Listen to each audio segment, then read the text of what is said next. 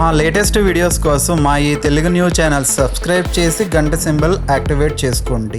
ఈ నెల 18వ తేదీన అనగా జనవరి 18వ తేదీన పుష్య మౌని అమావాస్య రాబోతుంది. దీనినే చోళంకి అమావాస్య అని, మౌని అమావాస్య అని అంటారు. పైగా ఈసారి ఈ అమావాస్య ఆదివారంతో కలిసి వచ్చింది. ఇలాంటి రోజుకు 1000 సూర్యగ్రహణాల శక్తి ఉంటుంది. ఇలాంటి రోజు మళ్ళీ మళ్ళీ రాదు. ఇది ఆదివారంతో కలిసి వస్తున్న అతి శక్తివంతమైన అమావాస్య. చాలా పవర్ఫుల్, చాలా శక్తివంతమైనది కనుక ఈ అమావాస్య రోజున ఎవరైతే గుర్తుపెట్టుకొని చక్కగా వేప చెట్టు దగ్గర ఇది పడేస్తారో వారి దరిద్రమంతా కూడా 2 నిమిషాల్లో పోతుంది. కష్టాలు కన్నీళ్లు పోతాయి. వారి సుడి తిరిగిపోతుంది. వారికి అద్భుతమైన ఫలితాలు వస్తాయి అని పండితులు చెప్తూ ఉన్నారు. ఈ శక్తివంతమైన అమావాస్య రోజున మీరు వేప చెట్టు దగ్గర ఇది పడేయటం వల్ల జన్మల దరిద్రం అనేది తొలగిపోతుంది. గుర్తుపెట్టుకోండి, సాయంత్రం పూట ఈ పరిహారం చేయటం వల్ల అధికంగా ఫలితాలు వస్తాయని మనకు శాస్త్రంలో కూడా చెప్పబడింది. కాబట్టి తప్పకుండా ఈ పరిహారం పాటించండి. ఇలా పాటించుకున్నట్లయితే చాలా మంచి రిజల్ట్ వస్తుంది. ఈ రోజుల్లో చాలామంది అనేక రకాల దరిద్రాలతో ఇబ్బంది పడిపోతూ ఉన్నారు. మనకు దరిద్రం పట్టింది అని మనం అనుకుంటూ ఉంటాం. కానీ దరిద్రం అనేది చాలా వరకు నెగిటివ్ ఎనర్జీ రూపంలోనే మన దగ్గరకు వస్తుంది. అలాంటి వాటి నుంచి మనం బయటపడడానికి, అలాంటి చెడును మనం తీసేసుకోవడానికి ఈ పరిహారం చాలా చక్కగా అద్భుతంగా ఉపయోగపడుతుంది. కాబట్టి మీరు మర్చిపోకుండా ఈ అమావాస్య రోజు వేప చెట్టు దగ్గర ఇది పడేయండి. అలా పడేసిన 2 నిమిషాల్లో మీరు అద్భుతాలను చూడగలుగుతారు. మీ దరిద్రాలను మీరు పోగొట్టుకోగలుగుతారు.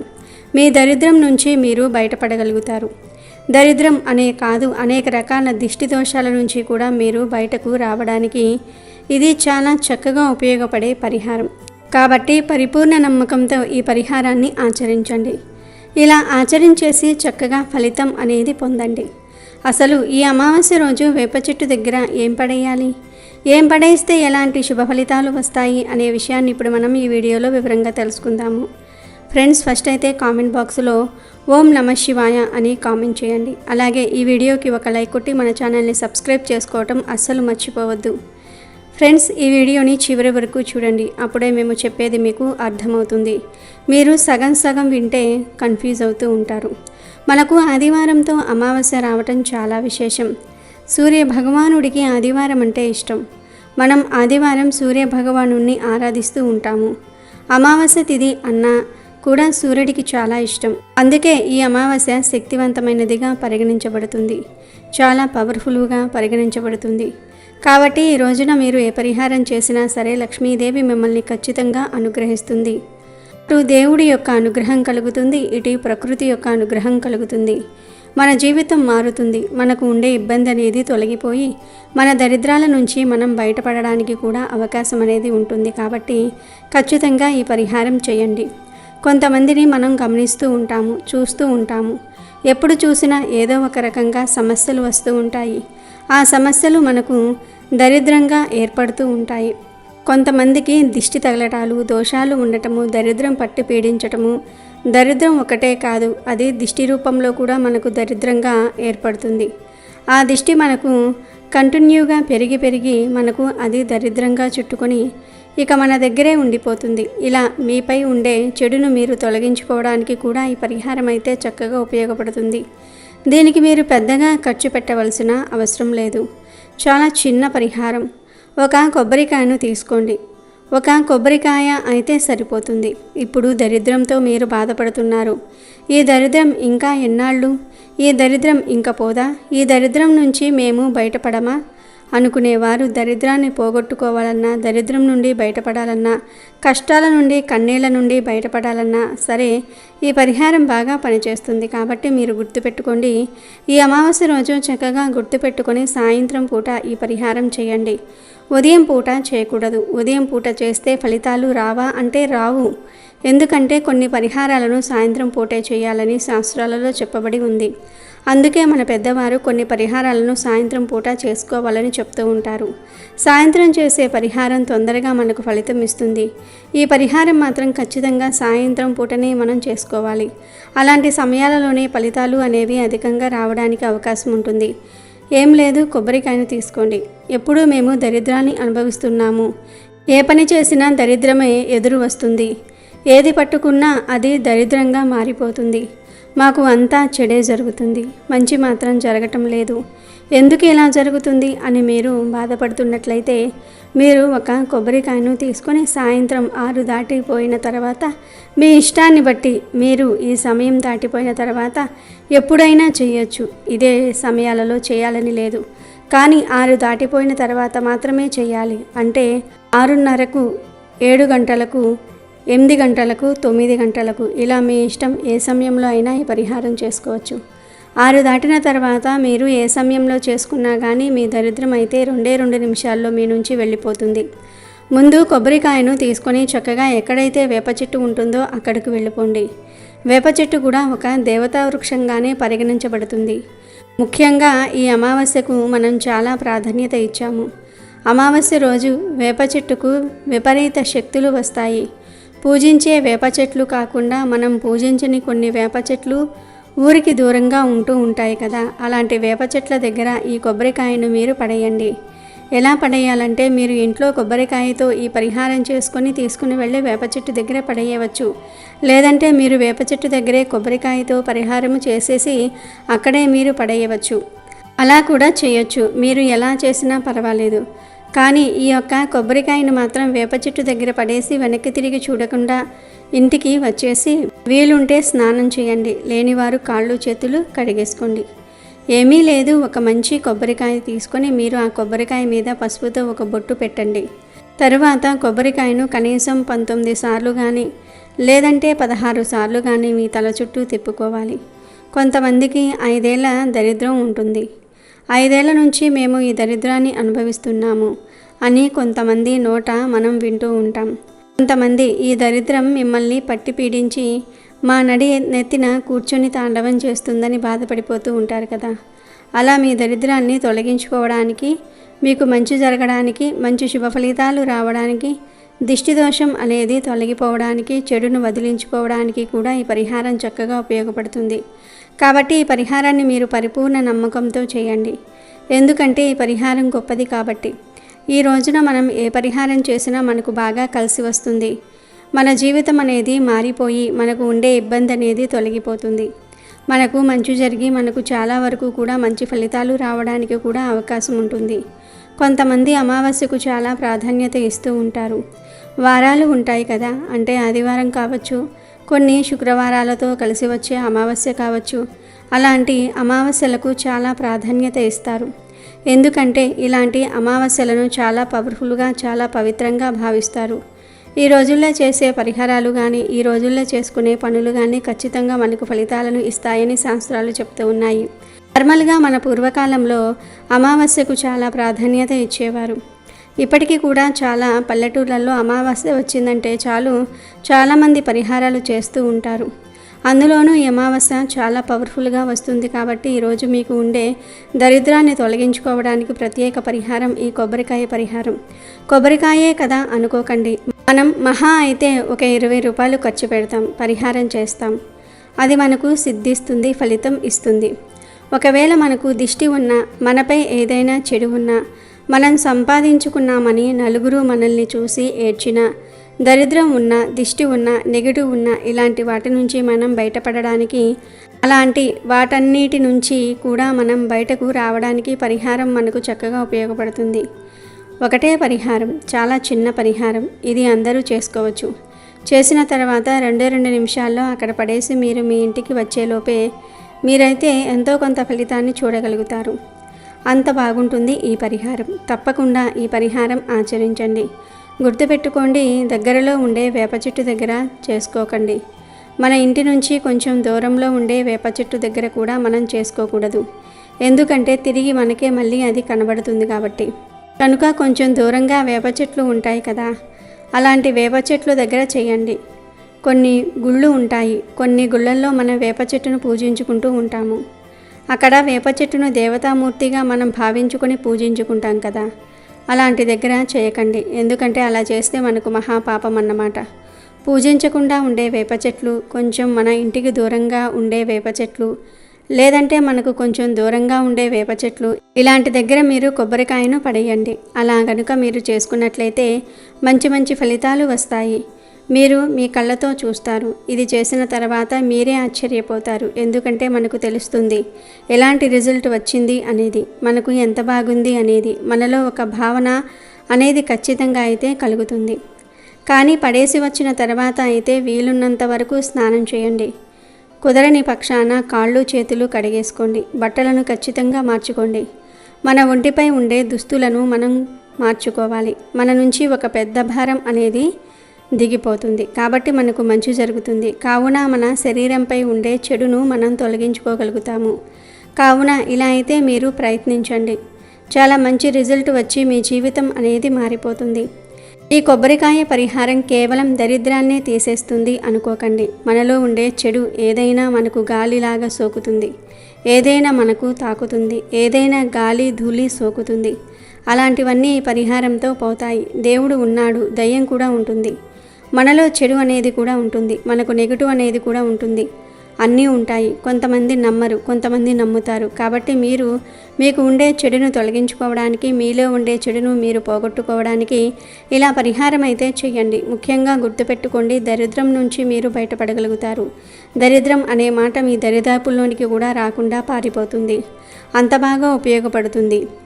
కన్నుతో కూడా మేము ఇబ్బంది పడుతూ ఉన్నాం, చాలా బాధపడిపోతూ ఉన్నాం, మాకైతే అసలు ఏం చేయాలో కూడా అర్థం కావటం లేదు అనుకుంటూ ఉంటారు కదా. అలాంటి వాళ్లకు కూడా చాలా చక్కగా ఈ పరిహారం అనేది అనుకూలిస్తుంది.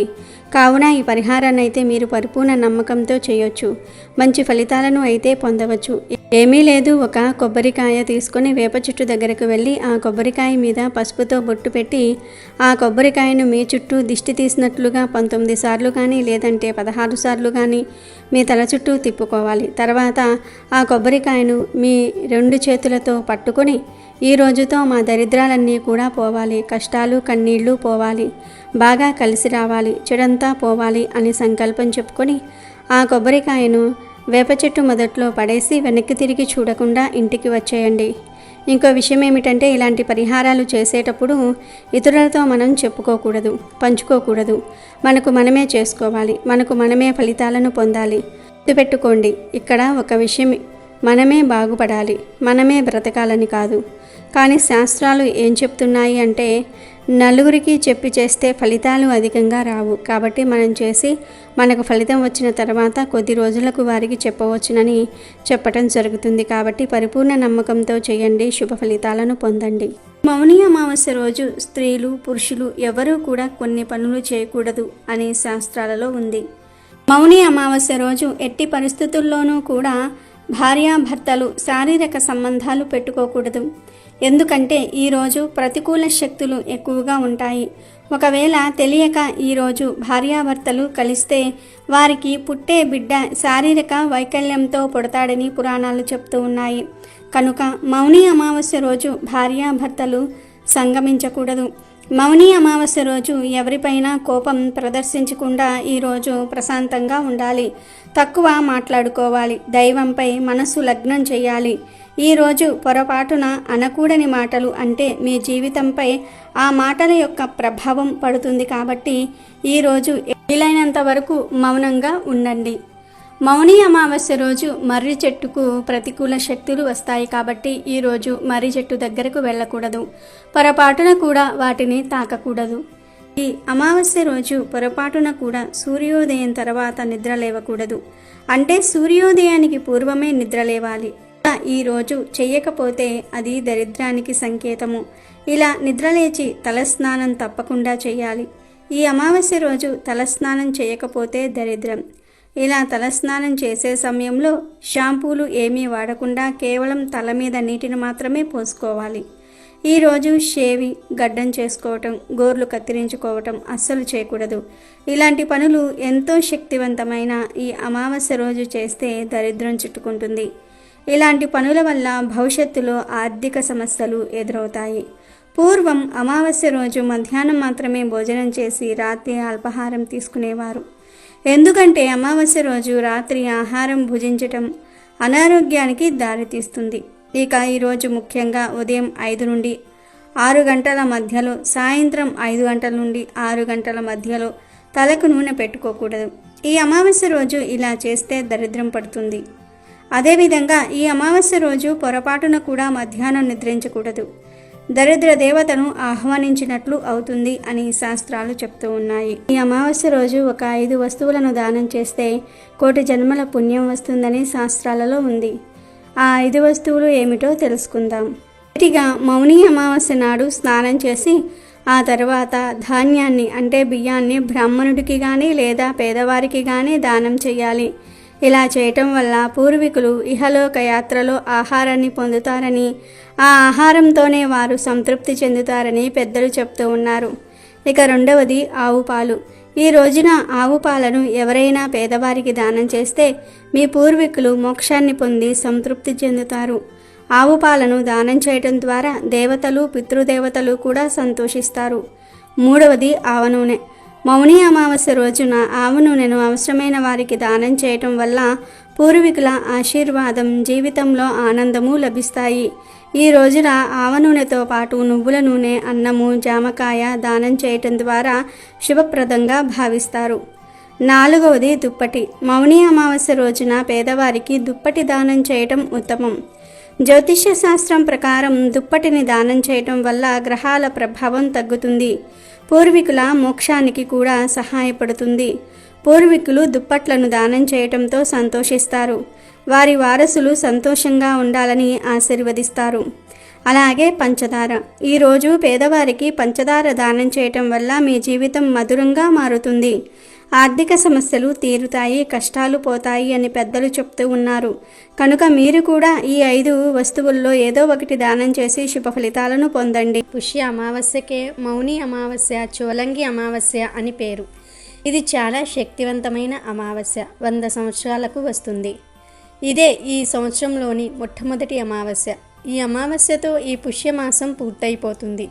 తర్వాత ఇక మాఘమాసం వస్తుంది. మాఘ స్నానాలు చేయటం మొదలు పెడతారు. ఇది చాలా అద్భుతమైన అమావాస్య. అతీంద్రియ శక్తులు కలిగిన అమావాస్య. అమావాస్య మహాశక్తివంతమైనది. కనుక ఈరోజు కాకులను, కుక్కలను, గోవులను పొరపాటున కూడా కొట్టకూడదు, హింసించకూడదు. అలాగే ఈరోజు పాత వస్తువులను ఎవరికైనా ఇవ్వటం కానీ లేదా బయటపడేయటం కానీ చేయకూడదు. అంటే పాత బట్టలు, పాత చెప్పులు, పగిలిన అద్దాలు, పాత చెక్క వస్తువులు ఇలాంటివేమీ కూడా బయటపడేయకూడదు. అమావాస్య రోజు అలా పడేస్తే లక్ష్మీదేవి ఇంట్లో నిలవదు. అలాగే ఈ అమావాస్య రోజున స్త్రీలు మంగళసూత్రాలలోని పూసలను పొరపాటున కూడా మార్చకూడదు. ఇంటి ముందు పొరపాటున కూడా ముగ్గు వేయకూడదు. పితృదేవతల శాపం తగులుతుంది. స్త్రీలు ఈరోజు తల విరబూసుకుని తిరగకూడదు. దుష్ట శక్తుల ప్రభావం పడి లేనిపోని ఇబ్బందులు ఎదుర్కోవలసి వస్తుంది. అమావాస్య రోజున లక్ష్మీ కటాక్షం కలగాలని కోరుకునేవారు చక్కగా ఒక చిన్న గాజు గ్లాసులో కొన్ని పాలను పోసి ఆ పాలల్లో చిటికెడు ధనియాల పొడి, చిటికెడు పసుపు, చిటికెడు నల్ల నువ్వులు కలిపి ఆ పాలను రావి చెట్టు మొదట్లో పోయండి. ఈ అమావాస్య రోజు రావి చెట్టు మొదట్లో ఇలా పాలు పోస్తే విపరీతంగా లక్ష్మీదేవి అనుగ్రహం కలుగుతుంది. ధన సంపాదన పెరుగుతుంది. అనేక మార్గాలలో ధనం మీ దగ్గరకు వచ్చి చేరుకుంటుంది. పుష్య అమావాస్యకే మౌని అమావాస్య అని కూడా పేరు ఉంది. మౌని అమావాస్య అనే పదాల్లో ఉన్న ఆధ్యాత్మిక తత్వం ఎంతో గొప్పది. ఈ రోజున ఉపవాసం ఉండి మౌనవ్రతం పాటించి నోటి నుంచి ఒక్క మాట కూడా రాకుండా జాగ్రత్త తీసుకుంటారు. ఈ అమావాస్య రోజున శివుడికి, శనిదేవుడికి పూజలు చేస్తారు. ఈరోజు అన్నదానం, వస్త్రదానం చేయటం వల్ల గత జన్మలో చేసిన పాపాలు తొలగిపోతాయి. ఈ రోజంతా మౌనవ్రతం చేస్తే మంచిది.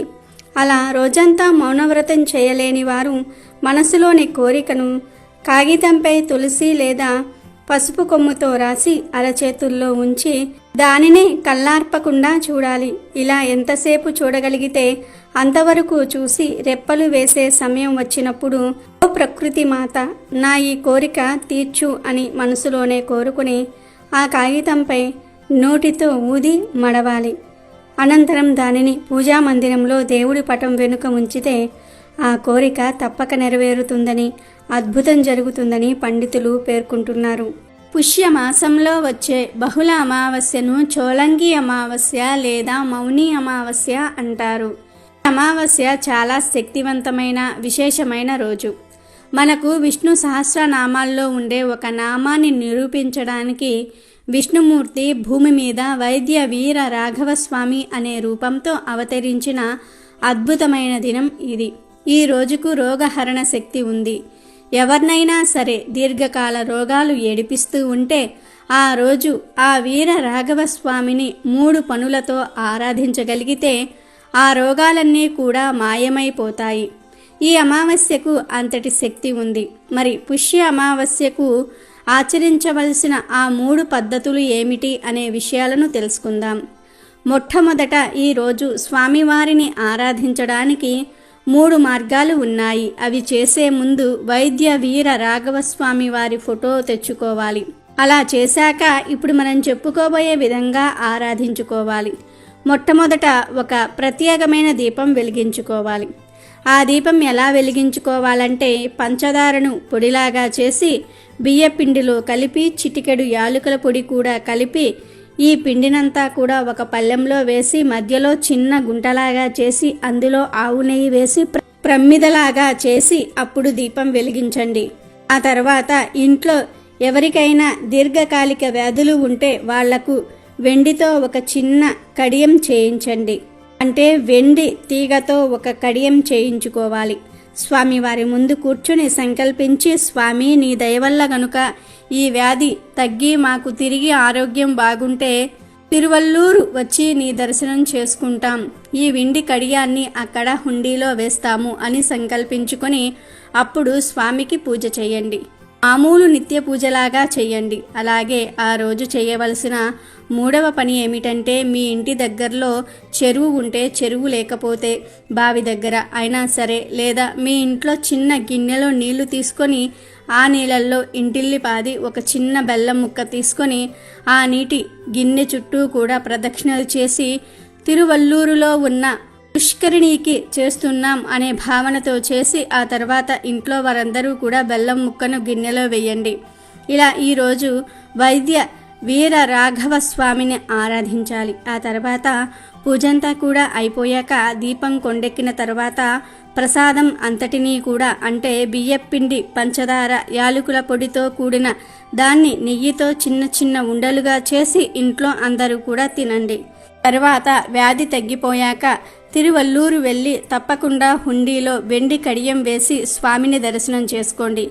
ఈ విధంగా చేసి దీర్ఘకాలిక వ్యాధుల నుండి బాగైన వారు లక్షల్లో ఉన్నారు. అంతటి శక్తివంతమైన విష్ణు స్వరూపం ఈ వైద్య వీర రాఘవ స్వామి అవతారం.